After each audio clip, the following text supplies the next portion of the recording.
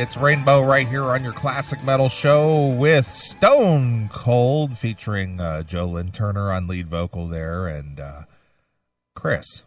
Yes? We got a phone call. Hail and kill, caller. You're on the air.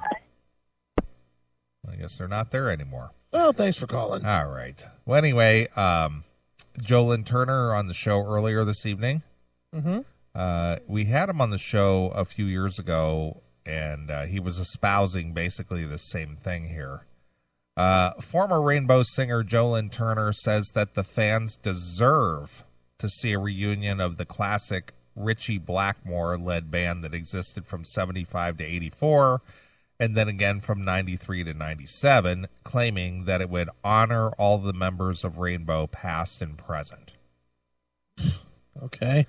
Speaking to Metal Forces magazine, 17 years after Rainbow played its last concert in Esbjerg, Denmark. Guilty? Okay. Turner said, "In my opinion, for Rainbow, it would be one last shot and then going out in a blaze of glory, so to speak. All right. I think the fans deserve it, and to honor all of the members of Rainbow, past and present." I know one guy that wouldn't be there is Ronnie James Dio. No, he wouldn't be there at all. He continued, "I always feel that in my sets I played Rainbow, Deep Purple, and things like that because no one else is doing it. I play Ronnie songs, Ronnie James Dio, the vocalist from 75 until 79, and all that stuff. Graham Bonnet's Rainbow vocalist from 79 until 1980. It was only a one-year deal for him." He just did one. The way I understand it was that Graham was miserable in the studio. Okay. Hated working with Blackmore. Did the record, did the tour, said, "Fuck you, pal," and left. Right. We talked to Graham. Well, we had Graham on the show. He was all silly and funny and... Yeah, didn't we ask him about that, though? We did. Did. And he was like, "Fuck that guy." Yeah. He's like, "I don't want to say anything bad, but that was a terrible time." Yeah, that was a good interview. He was just like all loose and ready to talk. Didn't Veronica hook us up with that? She did, because she was actually at his house or apartment or wherever he lives. That's right, and he was trying to see her tits. Right. Imagine that. Yeah, I can't imagine. Yeah, who's not? Hell, I am. I have no compunction about doing that material. I think it's all part of the legacy, and that we should do it willingly as singers of the same band. I know Graham is still out there doing it as well. And Doogie White of Rainbow, vocalist from 94 until 97, in his own way. It's a big family. They could leave Doogie White home. Yeah. What songs do we know of the Doogie White era? I don't think that there were any hit songs. Yeah, I mean, we know Stone Cold, and at least Graham had one, Since You Were Gone. Yeah, Since You Were Gone. Or whatever that, Since You've Been Gone, right? Since You've Been Gone. Yeah. I mean, Graham had one, and Joe had a few. Come on, Rainbow's Dio. Let's just call it what it is. I love Joe. You know that. Yeah, of course. But Rainbow's dead without Dio. Right. It's just, I appreciate that they'll sing his songs. I'm sure since they did it in the past and they did it well, they would do a phenomenal job. But Rainbow is Dio, and that ship has sailed. Right. You know, it's just the way it is. In a 2009 interview with Anti-Music, Joe Lynn Turner spoke about the immense commercial success Rainbow enjoyed in North America and Japan after he joined the band. Sure. "I had a whole career in Japan because of Rainbow," he said. "I mean, Rainbow was doing like one night at an iconic Tokyo venue, the Budokan, before I was part of the group. When I joined the band, we did like 4 nights at Budokan." Right. I mean, the Japanese always grew up in more commercial end of it. You understand they really did love the songs. That's the Japanese mentality, you know. There's a certain amount of commerciality inside. Nice word. Yeah. Hail and kill, caller. You're on the air. Hail and kill, boys. It's Tim James. What's up, Tim James? Where you been? Been hiding out today? No, I've been playing a lot of shows the last couple of weeks. Oh yeah, have you have to pay the bills, huh? That's pretty much it. Yeah. Is your wife gainfully employed, Tim, or do you live off of what the state gives you and whatever shekels people throw in your hat? Well, thank God it's more than shekels. Otherwise, I might as well quit. But yeah, my wife's studying counselling, and she'll get work next year, and I'm just doing my music. Right. And now, do you have to claim taxes on that money, or do they just call that disability pay? Well, the pension that I get is not taxable, but with my music, I declare every cent. You do. You declare every cent. Absolutely. Absolutely. Absolutely.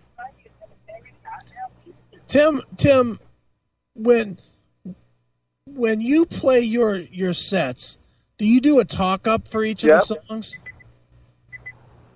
A talk up. Yeah, where you say, this next song is from my second album.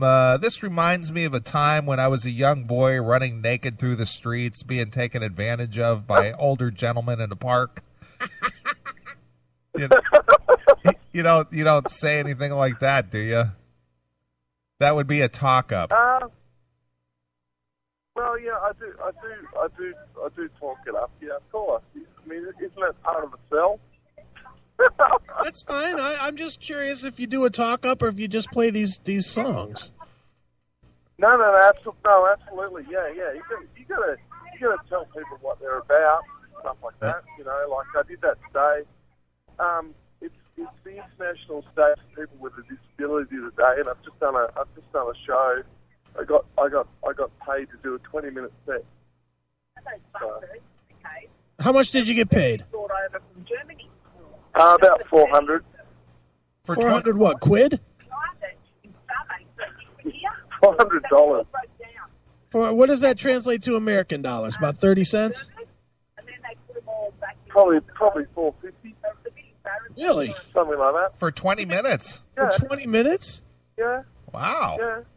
Do you have other songs that are good that we haven't heard? You guys haven't really heard much of my music, have you? You've heard bits and pieces, but not really a lot. The ones that we've heard are all your fucking moaning songs about don't steal from the bands. There's I've written a couple of songs like that, but there's, stuff about other stuff. Where's the songs about fucking chicks and stuff like that? Well, that's not really me, is it? Well, where's the songs about your youth and being a confused young boy in the streets of Cambric and Yeah, Tim. There's all kinds of songs about being confused. My whole life's about being confused. Let's face it. Tim, have you considered writing a song called "Another Plump Member"? Another what? Another plump member. No. I've considered I'm writing a song called "Hard Enough." Have you ever anyway, that's a lot of. Have you written a song called "Kiss Me Where It Stinks"? No, I've written a song called "Pastrywagon" though. Pasty Wagon? Pastry wagon. What's that about? Welcome to my pastry wagon where I fill the top with cream. Get out of here. Is that a real lyric, Tim? Yeah, it was. It was I really wrote a song called Pastry Wagon. Tim, you must send us that song. Tim, I will replace the CMS theme song with Pastry Wagon. All right. I'll see if I can remember how to play it. Oh, please do. Please a take long your time time. ago. Make sure you get it right. And the first episode of the CMS back after the holiday, we will open the show with Pastry Wagon. All right. I'll do a rewrite. No rewrites. I want the original stuff. Yeah, I know, but it never got released. What? It sounds like it got released often. Yeah, it gets released as often as I can get it. Well, you're married, so that's what, twice a year? No, I'm very happy. Once on your birthday, once on your anniversary. No, it's more than that. I can guarantee you. Okay. Tim, when's the last time your wife put those old gorilla lips around that cock?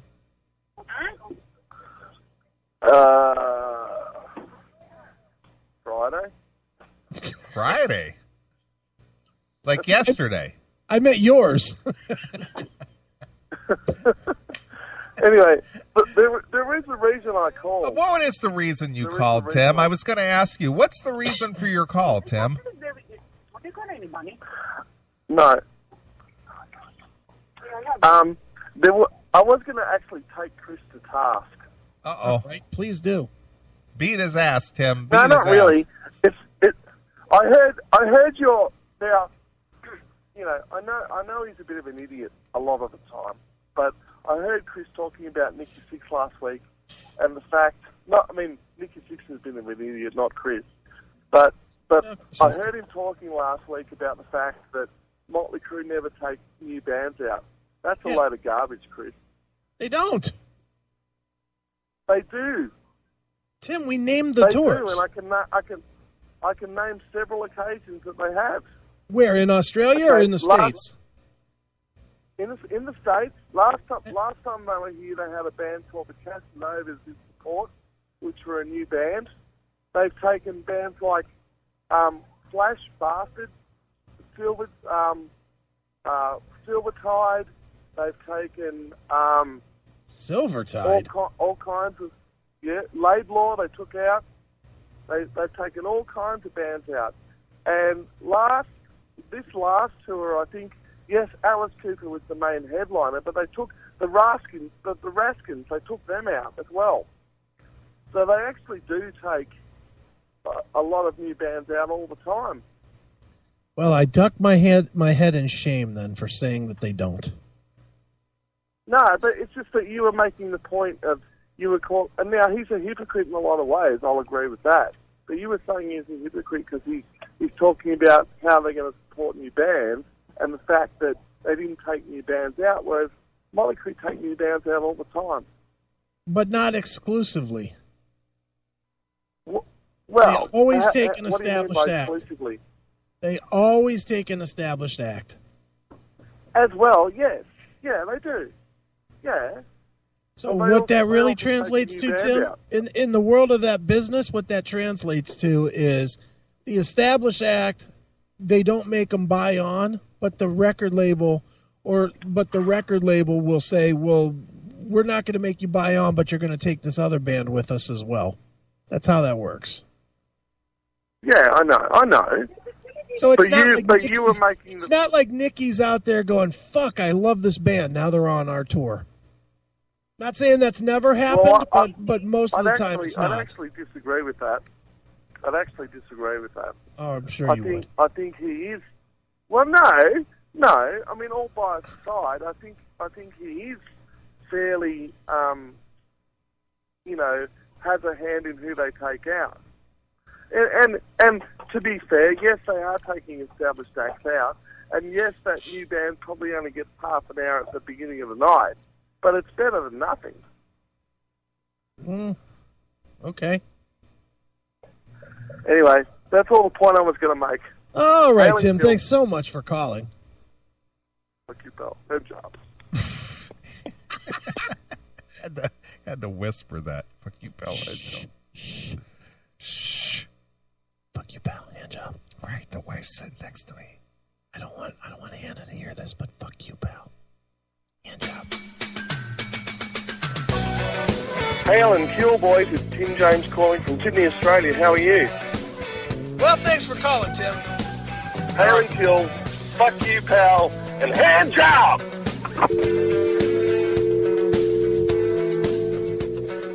Pastrywagon. Dude, I'm hoping. I don't know if it was true or not, but I thought I heard us feeding back in the car.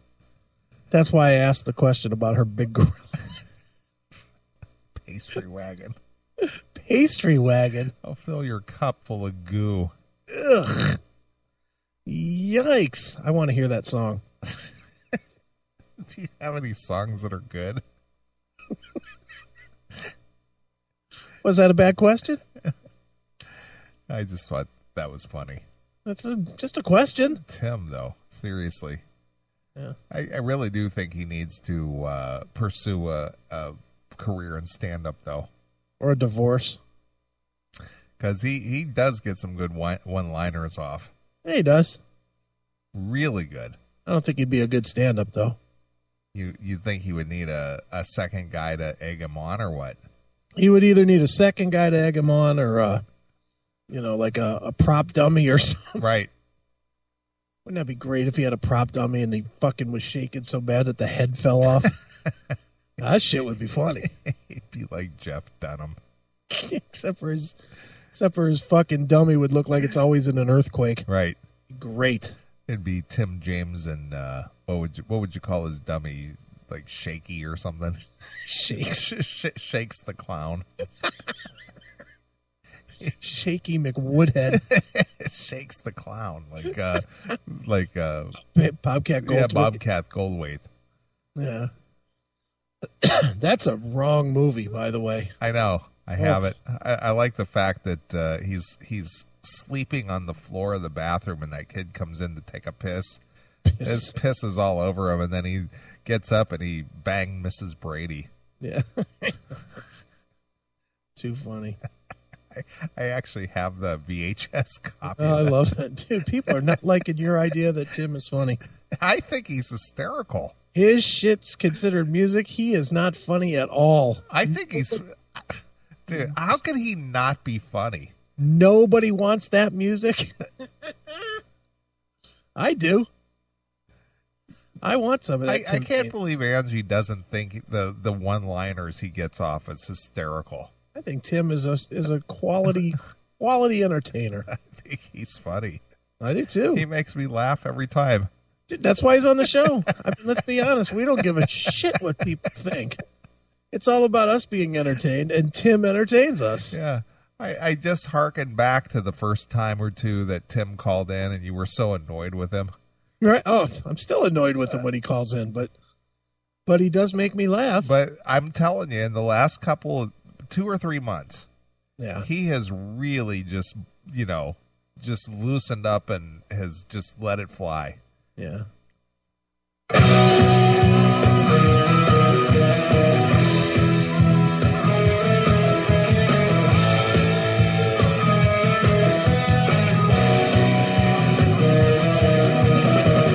Everything I've ever dreamed could be falling at the seams if the music keeps getting taken away. Every song that people steal only serves to take the meal from the mouth of bands who have to pay to play. And when it all comes down, will there be a last man standing? When it all comes down. That's about all I can take. Nice. You don't like Tim's music? I haven't. I've only heard like 3 songs. You like that song? Eh. That's a no. Eh. Want to try a few more? Go ahead. Let's see. How about the hard line? Go ahead. Let's try it. This is the hard line.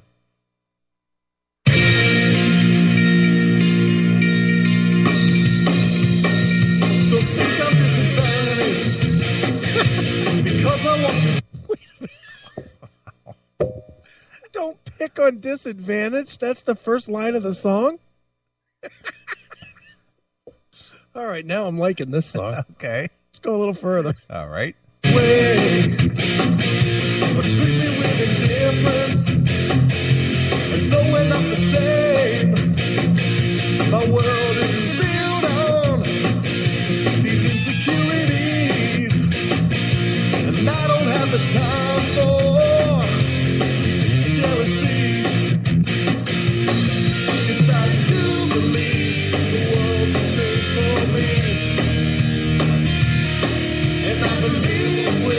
I wouldn't do anything. I've had to learn to walk the hard line. Ain't living my life for dreams that don't come true. He's had to learn the hard line. Apparently so. Are you feeling that one? No. What are you? Just no. You want to try Record Company, man? Okay. This is the Record Company, man. You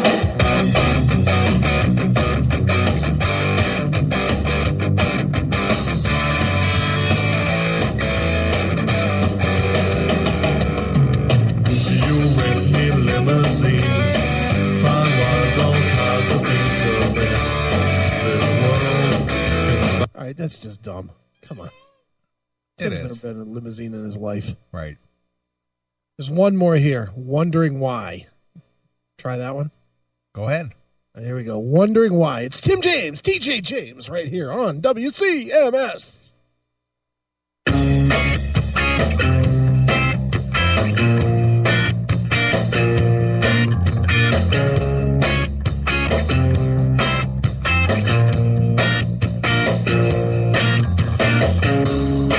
I saw the news today. Won't let our world slip away. I see the fear in our lives for more we've known before. Right, I can't take it. Yeah. All right, Tim. A little much. Stand-up might be a better option. I'm starting to think. Chipper, can we hear one of Chris's karaoke?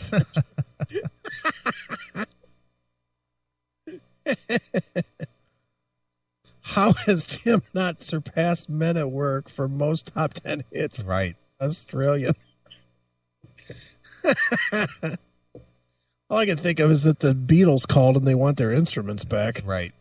What is that drum sound he's got? That can't be a real drummer. Yeah, I think that's all pre-programmed, and he just plays his keyboards around it. You think he does one-man show? I think so.